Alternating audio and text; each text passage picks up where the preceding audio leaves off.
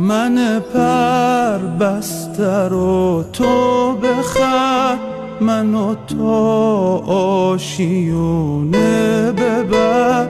چه جایی بهتر از حرمه، ببینش که چشم جاریه. به خدا وقت دلداریه، حالا چشم من و قدمت. دستام